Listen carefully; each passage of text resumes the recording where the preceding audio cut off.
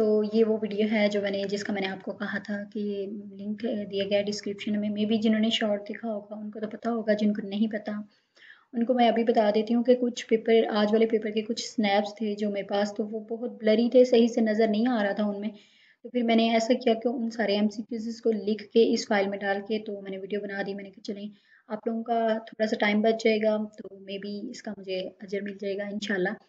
तो ये चलें हम इसको थोड़ा सा पढ़ लेते हैं। उसके बाद सबसे पहले मैं आपको ये बता दूं कि ये जो ऑप्शंस लगे हुए हैं, मे बी इनमें कोई मिस्टेक भी हो सकती है, तो इसको आप अपने बिहाफ पे ज़रूर चेक कर लीजिएगा ताकि कोई गलती की गुंजाइश ना रहे। और अगर आपको ये मिल ही गए हैं तो इनको आप अच्छे से तैयार करके जाइएगा।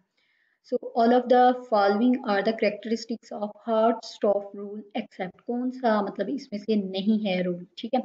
तो आपने देख लेना है जो आपको अच्छा लगे। अकॉर्डिंग टू मी मुझे तो ये लग रहा था द रिएक्शन इज इमीडिएट। उसके बाद नेक्स्ट है हमारे पास the process of influencing an organised group towards accomplishing its goal is known as motivation, ठीक है।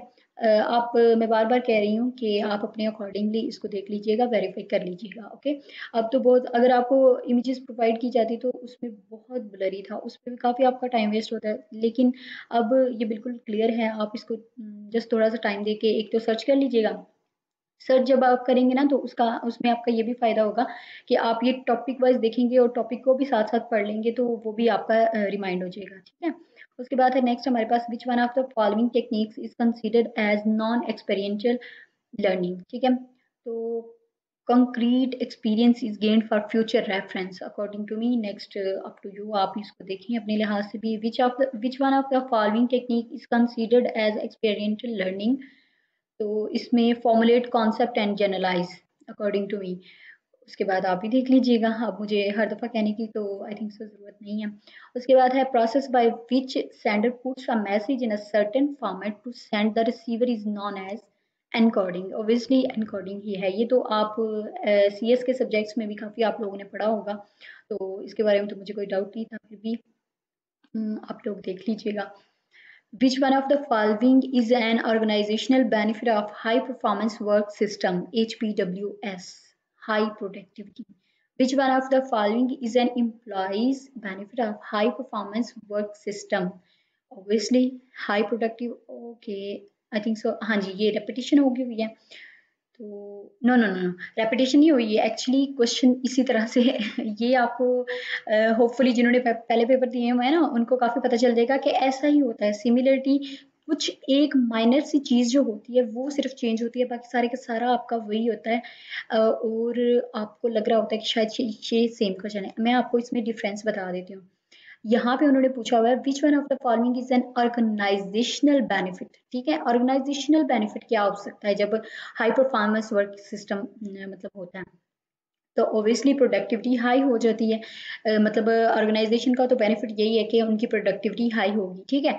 बाकी ऑप्शंस भी हम चलें देख लेते हैं। Have more involvement in the organisation, experience growth and satisfaction because more valuable as contributors.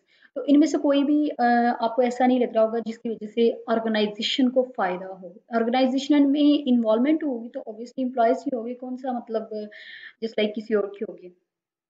तो इस जो एमसीक्यूज के अकॉर्डिंग तो मुझे यही लग रहा है। अब उसके बाद हम देखते हैं विच one of the following is N employees benefit of high performance work system HPWS। अच्छा, ये जो सेकंड वाला है ना इसके बारे में थोड़ी सी मैं मतलब श्योर नहीं हूँ, क्योंकि मे बी जो फोर्थ वाला ऑप्शन नजर नहीं आ रहा था, तो वो मीन्स कि यहाँ पे है ही नहीं था, नजर नहीं आ रहा था, ब्लर या इस तरह से नहीं, वो है कट आउट था, ठीक है। तो इसलिए फिर तीन ही ऑप्शन थे। अब उसके अकॉर्डिंग हाई प्रोडक्टिविटी मैंने लगा तो दी है, बट मे बी जो फोर्थ वाला ऑप्शन हो वो थोड़ा डिफरेंट हो और अकॉर्डिंग टू एम्प्लॉई वो वाला ऑप्शन ठीक हो, ठीक है। तो इसको आपने थोड़ा देख लेना, अगर आपको पेपर में आए तो वहां पे थोड़ा सोच समझ के और मतलब अच्छे से देख के इसका आंसर लगाइएगा। ओके, हो गया जी। उसके बाद an arrangement whereby union membership is a prerequisite to employment is known as closed shop. ये भी आप इजीली फाइंड कर लीजिएगा, आपको मिल जाएंगे ऑलमोस्ट, या गूगल कर लीजिएगा या अपने हैंडआउट्स में से जो है आप फाइंड कर लीजिएगा। अदरवाइज आप अगर आपने अच्छे से लेक्चर दिए हुए हैं, आपके कॉन्सेप्ट क्लियर हैं, तो ऑब्वियसली ये तो आपको मतलब बिल्कुल ईजी लग रहे होंगे।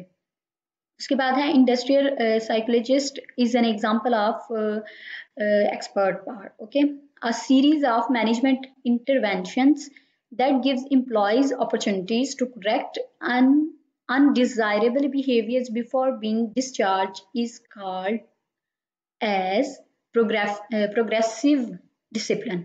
ठीक हो गया। उसके बाद है a discipline procedure that encourages employees to monitor their own behaviors and assume responsibility for their actions is known as positive discipline. Okay, उसके बाद है the transferring of an employee at similar job status is an example of horizontal job rotation. Exactly. उसके बाद देखते हैं जी next कौन सा है, which one of the following career development stages is preparation for work exploration stage. ये भी book में है, मतलब कि कुछ टॉपिक्स तो ऐसे हैं ना कि जो बिल्कुल एज इट इज बुक में हैं, ठीक है, वो तो आपको ज्यादा उनकी सर्चेस करने की जरूरत नहीं पड़ेगी। इवन कि जब आप देखें इस फाइल को कंफर्म करने के लिए जब आप उनको पढ़ेंगे ना तो उस टॉपिक के अकॉर्डिंग आपका कॉन्सेप्ट मजीद जो है ना स्ट्रॉन्ग हो जाएगा। ठीक है, तो इसलिए लाजमी अगर आपको आते भी हैं तो देन भी आप इनको लाजमी एक दफ़ा देख लीजिएगा, मतलब क्रॉस वेरीफाई ज़रूर कर लीजिएगा। उसके बाद है a performance appraisal method that focuses on the key behaviour that make the difference between doing a job effectively और ineffectively is known as management by objectives. अच्छा, management by objectives, exploration stage and establishment stage and इस तरह के जो मतलब वाज़े वाज़े चीज़ें हैं वो तो बिल्कुल आपको हैंड आउट से मिल जाएंगी। ठीक है, लाजमी देखिएगा। Membership based rewards include all of the following except benefit provisions. Maybe the main flaw of classification method for job evaluation is job may appear to fit within more than one category. तो मुझे तो भाई मिल गए, मुझे तो जैसे जैसे मेरी मतलब मेरे कंसेप्ट के अकॉर्डिंग या फिर मुझे जो बुक में से मिले, मुझे जैसे जैसे मिले हैं मैंने वेरीफाई कर लिए थे। ठीक है, तो ये भी आपको मिल जाएगा अगर आप क्लासिफिकेशन मेथड में देखेंगे ना तो ये भी वहाँ पे होगा। ओके, उसके बाद है a period of time off from work as a result of disciplinary process is known as suspension. Exactly, ये भी अगर आप गूगल करेंगे या आप अपनी बुक से देखेंगे या अपने लेक्चर लियो में या आपने पढ़ा हुआ है तो ऑब्वियसली आपको पता चल जाएगा कि इसका एग्जैक्टली यही आंसर है। ओके हो गया जी। होपफुली ये वीडियो आपके लिए बहुत हेल्पफुल रही होगी। इंशाल्लाह अल्लाह करे तो आपको इसी में से कुछ ना कुछ एमसीक्यू ज़रूर आ जाएं। तो वीडियो अगर आपको हेल्पफुल लगी है तो वीडियो को लाइक कीजिएगा, चैनल को सब्सक्राइब कर लीजिए ताकि नेक्स्ट भी इसी तरह की वीडियोस हम आपके साथ शेयर करते रहें और आपको जल्दी से मिलती रहें। और दूसरों के साथ भी लाजमन शेयर कीजिएगा, जिस तरह आपकी हेल्प हुई है किसी के थ्रू इसी तरह किसी दूसरे की भी हो जाए और अल्लाह ताला इसी तरह सबको कामयाब करे। आमीन सुम्मा आमीन। मिलते हैं नेक्स्ट वीडियो में, तब तक के लिए अच्छे से प्रिपरेशन करें, अच्छे से पेपर दें, अपना बहुत ज़्यादा ख्याल रखें। टेक केयर, अल्लाह हाफिज़।